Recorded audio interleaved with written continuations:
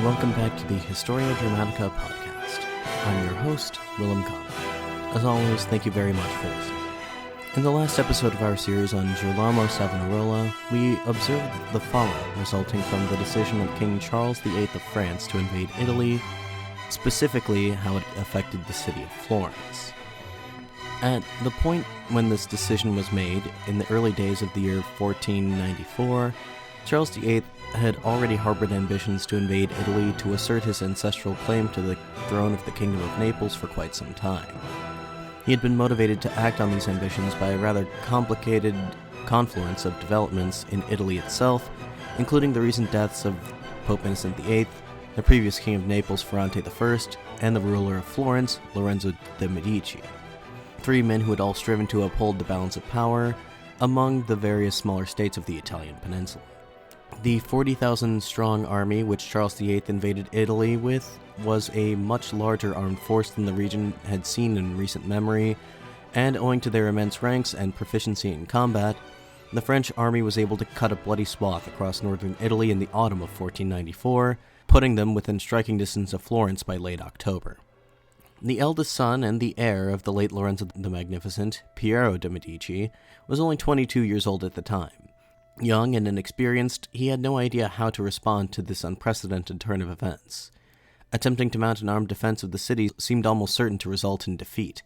Instead, Piero, seeking to directly emulate his father's famous actions 2 decades earlier, opted for a diplomatic approach. On October 26th, Piero traveled personally to the camp of the French king in the hopes of negotiating his way out of this imminent conflict. The negotiations proved to be rather short and one-sided. Folding almost immediately to the king's demands, Piero agreed, among other things, to surrender a number of strategic fortifications to the French, to grant them a massive subsidy of 200,000 gold florins, and to allow the French army to occupy Florence itself while they made their way south. Piero and his rule had been quite unpopular among the people of Florence for quite some time already. He possessed very few of the qualities of his father that had enabled him to hold on to power for so long. When the news reached the city of Piero's agreement with the French, there was an immediate perception that he had sold out Florence in order to save his own skin. Thus, the public turned decisively against Piero and overthrew the young ruler in a nearly bloodless revolt. But although Piero and the Medici family were expelled from Florence, hopefully for good, there still remained the issue of the French. Enter Girolamo Savonarola. 4 years prior, Savonarola had been invited to stay in Florence by Lorenzo de' Medici. In the time since then, he had acquired a reputation for himself as a powerful orator, a champion of the poor and downtrodden of Florence, and as a holy man who could, thanks to God's intercession, predict the future. And now it seemed that he was the only man left in the city who could still command the respect of the masses. With this information in mind, the Signoria of Florence, the 9-man council, which served as the city's executive body, appointed Savonarola at the head of a diplomatic mission tasked with negotiating with the French king to convince him to spare Florence the fate that had befallen so many other cities and towns in Italy. Savonarola made a profound impression upon the king, who agreed to not sack the city, but still insisted on occupying it all the same. Faced with little choice in the matter, the Signoria consented, and in mid-November, the French army marched into the city. Their occupation of Florence lasted 11 days in total, during which time tensions ran rather high between the occupying forces and the city's inhabitants. With the city completely at his mercy, Charles VIII gave the Signoria a series of demands which they could not, or in some cases refused, to comply with. In the negotiations which followed, the French agreed to evacuate Florence's territory on the condition that the Florentines provided him with a monetary subsidy that, while not quite as hefty as the one Piero had offered them, was nevertheless quite substantial. In the days that immediately followed, the fact that the king seemingly made no immediate effort to decamp the city caused tensions between the French and the Florentines to run even higher. Another intervention from Savonarola was necessary to spur the dithering king into upholding his end of the bargain, and on November 28th, the French army decamped from Florence. The city of Florence that the French left behind on that day was a city humbled. Greatly diminished in its power and prestige, its people had been reduced to a state of utter confusion.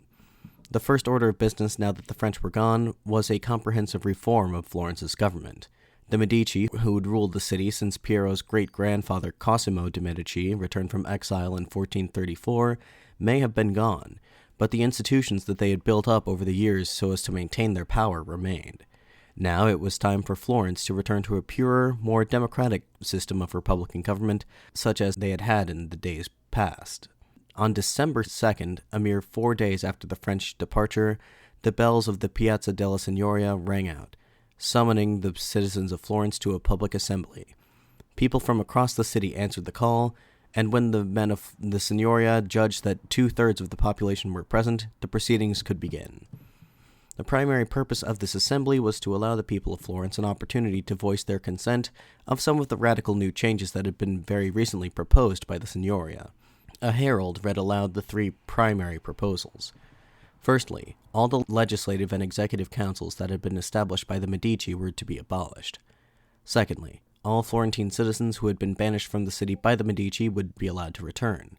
Thirdly and finally, a new 20-man commission, known simply as the Council of 20, was to be established that would have the power to devise a new constitution for the Republic. To each of these proposals, the crowd voiced their overwhelming approval. No doubt all this talk of grand councils and Republican revival must have struck a great many in the audience that day as unusual. There was scarcely anyone alive in the city at the time who could remember what Florence had been like without the domineering influence of the Medici. After decades of autocratic rule, the people of Florence had long since ceased to conceive of themselves as a democratic body, a fact which would further complicate the process of democratic reform. With the Florentines' constant hearkening back to the pre-Medici era as a golden age of Republican liberty, it can be easy to forget that the Republic of Florence had not been a democracy in the modern sense of the term. Rather, it would be more appropriate to characterize it as a sort of oligarchy, that is to say, ruled by a relatively small group of wealthy individuals. Unlike elsewhere in Europe, where ancient noble houses with lineages stretching back well into the Middle Ages were front and center, Italian nobility tended to be of new money. Their status as nobility had been effectively purchased through their recent successes as merchants, bankers, and tradespeople. The Medici were just the most prosperous of these many families. The rule of the oligarchs in Florence had not been an unintentional political development, nor was it an invention of the Medici. Rather, this political arrangement had been inherent to the Florentine political system from the very beginning, and had been secured by the very foundational structures of the government itself.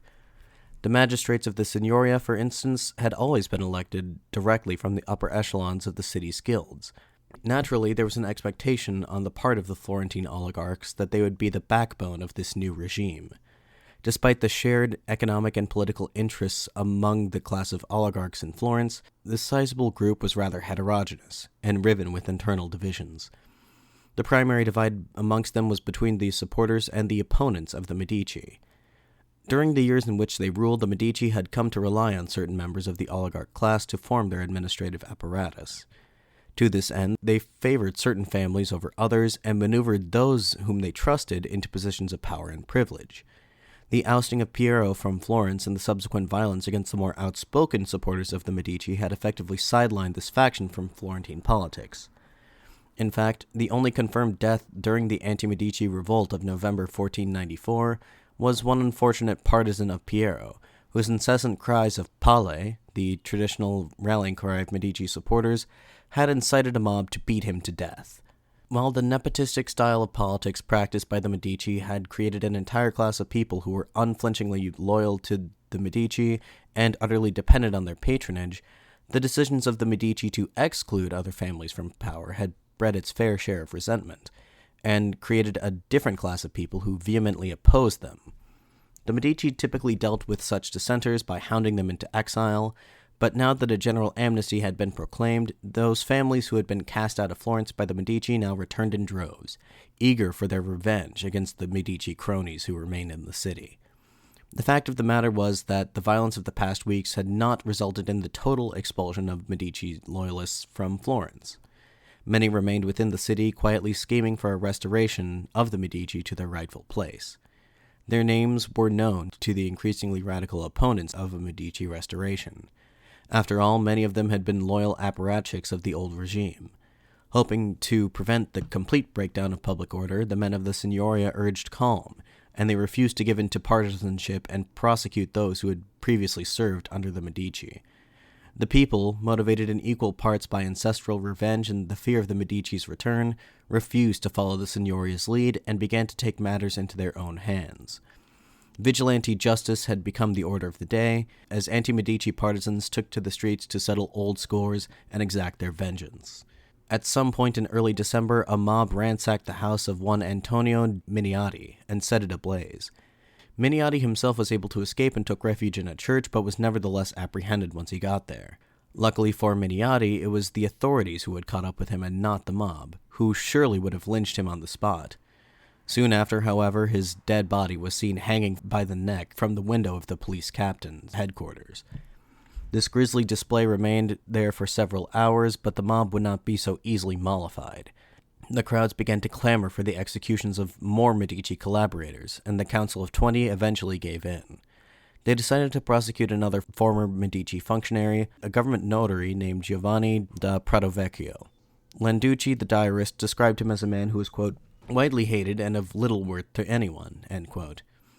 However, before he could be handed over to the mob to face justice, Savonarola effectively issued him a pardon, preaching from his pulpit that the time for retribution was over, and it was time for the people to show mercy. This action was one of Savonarola's first overt political actions. This is not to say that Savonarola was by any means new to politics. He had a deep knowledge of political subjects that often surprised those who spoke with him. While many of his previous sermons had been essentially political in their subject matter, for most of his public career, Savonarola had refrained from leveraging his significant influence to advance his own aspirations. Now, as Savonarola's biographer Pasquale Villari put it, quote, now the hour had struck for his appearance in the arena of politics, and notwithstanding the firm determination which he had hitherto held aloof from it, he was now compelled to obey the summons by the pressure of events, end quote. The fact of the matter was that with the Medici out of the picture, the people of Florence now lacked a figure who stood out to them as an obvious leader. The only public figure other than Savonarola who may have been capable of fulfilling this role was Piero Capponi. As the city's acting gonfalonier, or mayor, since the flight of Piero de' Medici, Capponi was the closest thing to a natural leader Florence had at this time. His dramatic confrontation with King Charles VIII, as described in the previous episode, had won him citywide fame, but he himself lacked the temperament for civil politics, preferring the sword to the pen. In the absence of any other competent man whose name was well known and respected, the people naturally turned to Savonarola. It can, in fact, be said that if any one man had benefited from the calamities that had befallen Florence in the last 2 months, it was Savonarola. He had emerged on the other side of the city's tribulations more popular than ever. His confrontation with the French king had demonstrated his political acumen and great personal fortitude. Not only had his actions saved the city from near certain destruction, but his words now carried significantly more weight now than they ever had in the past. For several years, Savonarola had foretold of the avenging sword of God, which would descend upon Italy on account of the numerous sins of the Italian people. He had also prophesied the arrival of a new Cyrus, an unstoppable conqueror who would serve as the instrument of God's wrath upon the earth. While these prophecies had been earnestly believed by many others had scoffed at him and refused to take heed of his warnings. Now, however, observers quickly associated the sword of God that Savonarola spoke of with the invading French army, and the new Cyrus with the figure of Charles VIII. The lessons that Savonarola had wished to impart were clear. The people could only afford to ignore his warnings at their collective peril. Around this time, Savonarola was in the process of delivering his yearly sermons for the Christian holy season of Advent. One notable sermon from the series was the one that he delivered on December 7th. Although it was modeled, as all his sermons were, along the lines of a particular passage from the Bible, Savonarola could not help but give his commentary on recent events. The subject of this day's sermon was Psalm 149. Quoting the psalm's first verse, Savonarola told his congregation to, quote, sing to the Lord a new song, end quote. To Savonarola, despite the uncertainty of the future, the people of Florence had been given ample cause to rejoice. They had withstood the tumultuous events of the past month and emerged from the ordeal stronger than ever and renewed in their faith. But, however, there were many trials still yet to come. The day was soon at hand when the great flood would cleanse the church, and the people of Florence, which he now claimed was God's new city on earth, must be prepared to play a leading role in the days that would follow. The ousting of the Medici had indeed been God's work, but that was only the beginning. To Savonarola, the work of reforming the government and the work of spiritual renewal went hand in hand. In order to create a righteous form of government pleasing to the Lord, the people of Florence would have to continue their commitment to prayer and to simple and virtuous living. He expounded on these themes in his sermon of December 10th, quote, "I announce this good news to the city, that Florence will become more glorious, richer, and more powerful than it has ever been. First, glorious with regards to God and to men, and you, Florence, will be the Reformation of all of Italy. The renewal will begin here and expand everywhere, for this is the center of Italy, and it will be your counsels that will reform all through the light and grace that will be given to you by God. Second, Florence, you will have unaccountable riches, and God will multiply everything for you. Third, you will spread your empire. Thus you will have temporal and spiritual power, and you will have such abundant things that you will say, 'We want for nothing more.' But if you do not do as I have instructed you, none of these things shall come to pass." End quote. What is particularly striking about Savonarola's sermon of December 10th is its radical departure in tone from his previous teachings. While Savonarola had previously garnered a well-deserved reputation as a preacher of doom, he now preached a message of faith and hope, of deliverance from the apocalypse that he had described so vividly in the past. On December 14th, Savonarola delivered what has been called the first of his great political sermons. For this sermon, Savonarola announced in advance that women would not be allowed to attend. The purpose behind this prohibition was simple. Women of this era were excluded from the body politic. They had no say in the affairs of state. In inviting only men to hear his words, Savonarola had hoped to influence as large a portion of the city's enfranchised population as he could. According to Landucci, these sermons drew in between 3,000 and 4,000 listeners, approximately 2/3 of the city's eligible voters.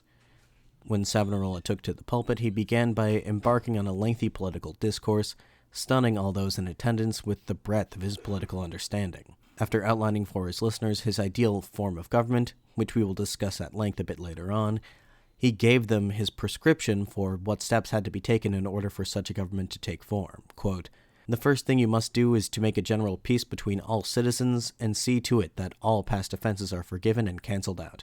And I say to you and command you in God's name, pardon everyone and keep in mind what these others have done, anyone else would have done if called upon to do so. If you make such a peace, all you citizens together, and stay united, believe me that when they hear of this unity, all your enemies will fear you, and in this way you will be made safer and stronger than them. Why do you flee peace if you are such a good citizen? Peace is none other than love and charity, and if you lack these things, then you are not a true Christian. Peace is what unites you. So I say unto you, peace, peace, Florence." End quote. Savonarola's call for a general truce among the people of Florence was actually more radical than it may seem at first glance. In effect, Savonarola was asking against the people of Florence, went against a time-honored practice of Florentine politics, the treatment of political rivals as blood enemies, a practice which resulted in the vanquished being punished by not only imprisonment, but with torture, exile, and the seizure or destruction of property. Amidst this atmosphere of uncertainty and unrest, which characterized this time of political transition in Florence, Savonarola stood out as one whose spiritual guidance offered the people a way out of the petty and violent sectarianism of recent days. His vision of Florence as God's new city on earth, as a new Jerusalem, was one that could appeal to all, that had the potential to unite the mutually hostile factions of Florentine politics. Savonarola's growing authority on political matters was recognized by the Council of 20, which on several occasions invited the friar to consult with them regarding the reformation of Florence's government with which they had been charged. In formulating his ideal form of government, Savonarola drew inspiration from the Republic of Venice. Primarily, what he had envisioned was the creation of an institution similar to what the Venetians called the Great Council. In Venice, the Great Council was an exceptionally large government body consisting of over 2,000 members. This council was responsible for the election of most of the Venetian government's officials, save for the Doge himself, the head of state who was more or less unaccountable to the Great Council.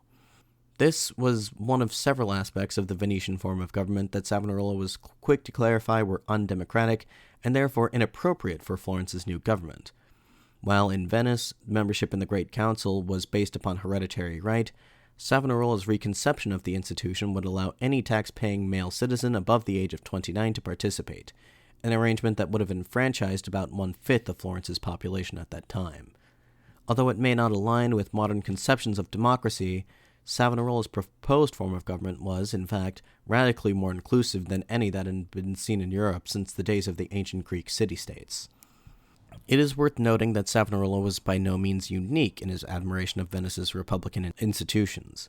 One group of people who shared his appreciation of the Venetian constitution as a desirable form of governance for Florence were the men of the Soderini faction, so called because of their unofficial leader, Paolentino Soderini, the bishop of the nearby town of Volterra. Soderini had been one of Savonarola's more outspoken allies in his push for a government modeled on that of Venice. Of course, the members of the Soderini faction had ulterior motives in this. Being almost entirely composed of Medici loyalists, they advocated for a wholesale adoption of the Venetian constitution, including many of its more undemocratic aspects that Savonarola had rejected. They believed that such an arrangement would allow for the existing ruling class of Florence to retain a greater deal of their power and prestige. At the same time, Savonarola's proposal had also raised the hopes of another group of people, whom I will broadly refer to as the populists. These populists were people of a much more modest social standing: merchants, traders, artisans, even destitute noblemen. Their vision of the future of the Florentine government was a more democratic one in which the franchise would be broadened even more widely. The radical among them called for universal manhood suffrage, and the removal of all qualifications necessary to run for office. For the most part, these were men from families who had been persecuted and marginalized by the Medici regime, and as such they were more staunchly anti-Medici in their orientation. Savonarola's proposal lay somewhere in between these two extremes. The proposals of the Soderini faction were deemed too elitist, while the populists were excessively egalitarian. In Savonarola's model, certain restrictions would remain in place regarding the eligibility to the Great Council, that is to say, the right to vote. For this, one still needed to be a tax-paying citizen aged 29 or older, but this action still represented a radical widening of the electorate and dispersed a greater degree of political power to the citizenry than it had ever possessed in the past. In this way, Savonarola's proposal for the new republic was effectively a compromise between the visions of the two opposing factions. It was one that should have theoretically satisfied all parties involved. On December 22nd and 23rd, the Council of the Commune and the Council of the People, both of which were vestiges of the old regime, voted overwhelmingly in favor of the creation of a Great Council. The Great Council was given a wide range of executive and legislative functions, including the ability to appoint all magistrates and to approve all laws. A major step towards the reformation of the Florentine government had been taken, but still much uncertainty abounded. Exactly how many citizens would be eligible for membership in the Great Council? How effectively could this new body even function? Moreover, would the city's oligarchs truly accede to the democratic will? Controversy centered on the Council of 20, that provisional executive body of the Republic. Composed entirely of the wealthiest and most powerful men in Florence, the council was predictably reluctant to relinquish its mandate. After the establishment of the Great Council in late December, the Council of 20 claimed the authority to directly appoint the members of the Signoria. This action proved to be deeply unpopular with the general public, who perceived it, quite justifiably, as an infringement on their democratic rights. This was a problem that would ultimately resolve itself, however, as the Council of 20 would implode due to factional infighting before the year was out. Meanwhile, Savonarola had taken on a new cause, the abolition of the law euphemistically referred to as the Law of the Six Beans. This law was a rather antiquated one, which enabled the Signoria to sentence anyone found guilty of crimes against the state to imprisonment, exile, mutilation, confiscation of property, or death. In order to pass such sentences, the Signoria would have to come up with 6 affirmative votes out of 9, hence the name. To Savonarola, such a law was incompatible with the new republic that he was working towards. It is worth noting that the Signoria was an executive rather than a judicial body, and through this law they possessed the arbitrary power of life and death over the people in the same manner as the ancient Roman emperors. This law was typically invoked only in extreme cases, and therefore it had not been openly challenged. However, Savonarola saw in it a potentially dangerous weapon that the leaders of the new republic could wield against their political adversaries, and as such he began to agitate for the law to be abolished. In its place, he proposed a new arrangement which would grant the accused recourse to appeal their sentence to the Great Council, where a two-thirds majority vote would be necessary to uphold or strike down the sentence. Unsurprisingly, many of the city's elites resented having these powers taken away from them. However, conscientious of Savonarola's immense popularity, they dared not confront him directly, instead delegating this task to two of his rivals within the clergy, Father Tommaso Rieti and Father Domenico de Pescia. The public debate held between Savonarola and these two priests is described as a rather dry and academic affair, pertaining almost exclusively to the question of whether or not the clergy should be involved in politics or not. The debate ended inconclusively without a clear victor, but Savonarola had received the message. The grandees of Florence were growing wary of his ever-increasing influence on the political affairs of the city. At a sermon delivered the next day, he told his congregation, quote, "I have now become the scandal of Florence, but nevertheless, I am still here." End quote. Savonarola's campaign to overturn this law of the Six Beans eventually stalled out, and he seemed to lose heart somewhat. On January 25th, after having delivered a sermon more or less typical of him, full of the warnings of the coming apocalypse and exhortations to live virtuous lives, Savonarola suddenly announced, quote, "I want to be a friar. I renounce the state and wish no longer to concern myself with laws and councils. I am going to my cell. Do not send for me. Even if the King of France and the Pope themselves come, I will not return." End quote. Savonarola's resignation from the political sphere was no doubt shocking to observers, but with the benefit of retrospect, we can now infer some reasons for this. November 1494 had been a very trying time for all the inhabitants of Florence, especially someone who had played such a central role in events as Savonarola. If you'll recall, at the time that Savonarola was first approached to lead a delegation to the French camp, he was already on the brink of complete physical and mental exhaustion after having delivered several consecutive days of highly passionate sermons for the season of Advent. His diplomatic skills were called upon time and time again throughout the crisis, all the while he was obliged to finish delivering these Advent sermons. After the flight of the Medici and the withdrawal of the French army, there was still yet more work to be done, and as we have seen, Savonarola had involved himself quite thoroughly in the subsequent efforts to reform the Florentine government. Exhausted by the events of the past 2 months, Savonarola no doubt found himself in a very emotionally vulnerable state, a sentiment that is reflected in his public orations that he gave around this time. It was also around this time that he received news of 2 untimely deaths among his intimates. The most devastating of these was that of Savonarola's mother, Elena. To be sure, Savonarola's religious mission had taken him far away from home, and he himself admitted that he was not able to write his mother as often as he had liked. The letters that he was able to send his mother, at least those that have survived, strike a tone of self-righteousness not dissimilar to his public sermons. Nevertheless, beneath his usual sanctimony, there is a sort of sentimentality and compassion that is not often seen in his other writings. Savonarola seems to have loved his mother just as anyone else might have, and his constant urging for her to abandon her worldly concerns betrays a genuine concern for the salvation of her eternal soul. 2 months prior, news had reached Savonarola of the death of his friend Angelo Poliziano. Poliziano, a renowned scholar of classical literature, had been intimately connected with Lorenzo de' Medici. He had served as his own personal advisor and confidant, as well as a tutor to his children. Like many other intellectuals within Lorenzo's inner circle, Poliziano had fallen under Savonarola's influence in Lorenzo's last days. After his death, he had sought to distance himself somewhat from his unpopular successor, and began to tie his public reputation more closely to that of Savonarola. During this time, he seems to have undergone some sort of spiritual conversion, and it has been rumored, though not confirmed, that in the final days of his life he was considering taking holy orders and becoming a member of the Dominican order. News of the death of the relatively healthy 40-year-old Poliziano on September 24, 1494, had been deeply upsetting to Savonarola. Even more upsetting were the scandalous rumors that began to take root regarding his untimely demise. According to the most popular version of the story, Poliziano had contracted a mysterious fever, possibly a symptom of syphilis, a disease yet unknown in Europe, from a Greek boy with whom he was infatuated. As the story goes, this fever grew progressively worse as Poliziano stood outside the youth's window, serenading him with a lute, only for him to return home and pass away that night in a state of delirium. This version of events was readily believed by many, as Poliziano's homosexual proclivities had been well known. Savonarola, however, dismissed this account of his friend's death, interpreting it to be nothing more than a baseless piece of gossip spread by his opponents in an effort to defame the character of both himself and of the deceased. It is just as likely that the rumors were spread not by opponents of Savonarola, but by opponents of the Medici, many of whom roundly detested Poliziano on account of his close associations with Piero the Unfortunate and of his father.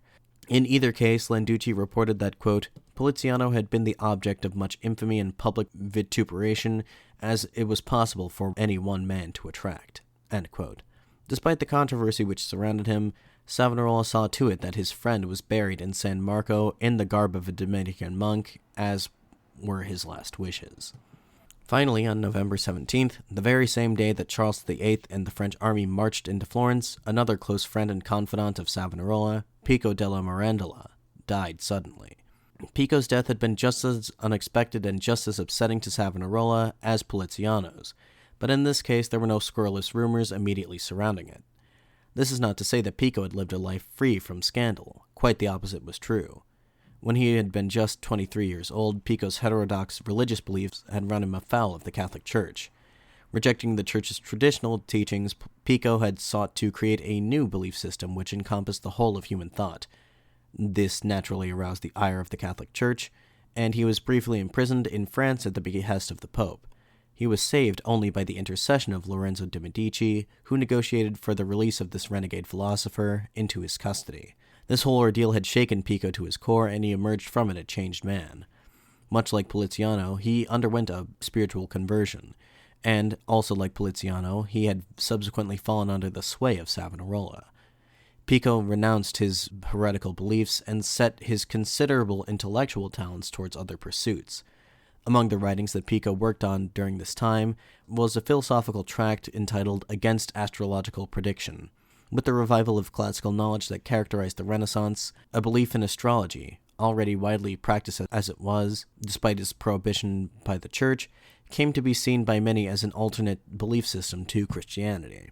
Astrology was particularly attractive to Renaissance thinkers because it sought to ascribe human behavior to observable physiological factors, i.e., the positions of the stars and planets, rather than to an all-knowing but invisible deity. Upon his return to Florence, Pico began to write a treatise denouncing astrology as delusional, metaphysical nonsense whose practitioners could no more predict human behavior than they could predict the weather. Pico was encouraged in this effort by his new friend Savonarola, who is credited with co-authoring Against Astrological Prediction. And yet, for all his desire to begin life anew and to live a virtuous life pleasing to God, Pico struggled still with worldly temptations. When he was not spending long hours studying at the library of San Marco, Pico could be found at the luxurious estate that he had inherited from his aristocratic family, where he lived more or less openly with a woman to whom he was not married, and whom many sources describe as being a concubine. Savonarola had repeatedly urged his friend to abandon his sinful lifestyle and to join the Dominican order, but Pico had long been reluctant to make such a commitment. Now, in November 1494, after having fallen deathly ill and feeling the life ebb away from his body, in his final days Pico bequeathed all of his worldly possessions to San Marco, and from his deathbed begged Savonarola to admit him into the order. Whether or not Savonarola obliged his friend's dying request is not known for certain, but according to a popular legend, the friar allowed the dying man to wear the distinctive black habit of the Dominicans while on his deathbed, and like Poliziano, he had him buried in San Marco, still clad in these robes. One of Savonarola's devotees, who also claimed to possess the gift of divine foresight, a 27-year-old woman named Camilla Rucellai, had predicted 2 years prior that, quote, the Count of Mirandola will take the Dominican habit at the time of the lilies, end quote. Now that her prophecy had come to pass, her meaning had become apparent to all. The lily was the heraldic symbol of the French monarchy. Pico had finally accepted membership into the Dominican order on his deathbed, at the very same time that the King of France was entering Florence. Savonarola delivered his friend's eulogy a week later, declaring, quote, in mind alone he was greater than St. Augustine. Had he lived longer, he would have written such works that would have outshone those of any other living in the past 8 centuries.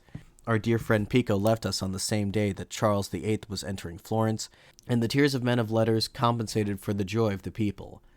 Without the light brought by the King of France, Florence might have perhaps never seen a more somber day than that which extinguished Mirandola's light."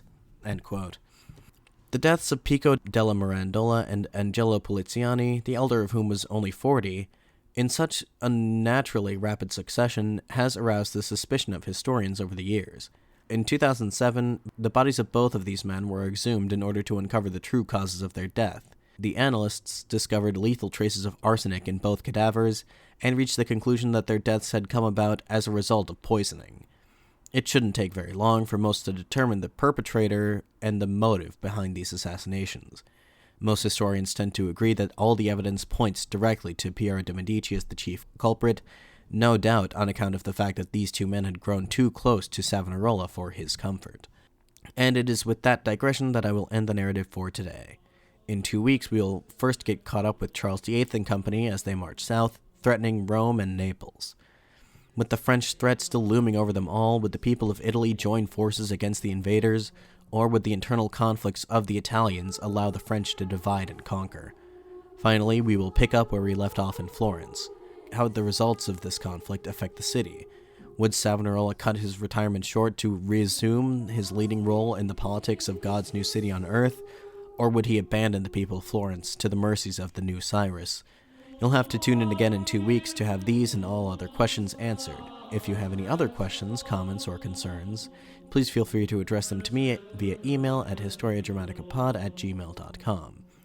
Alternatively, you can reach me via Twitter or Facebook, links to both of which can be found in this episode's description. Finally, if you're searching for other ways to support the show, I encourage you to visit the show's Patreon page and the eBay page, links to both of which can also be found in this episode's description. In any event, this has been the Historia Dramatica podcast. I'd like to thank you very much for listening. I'm your host, Willem Connor, signing off.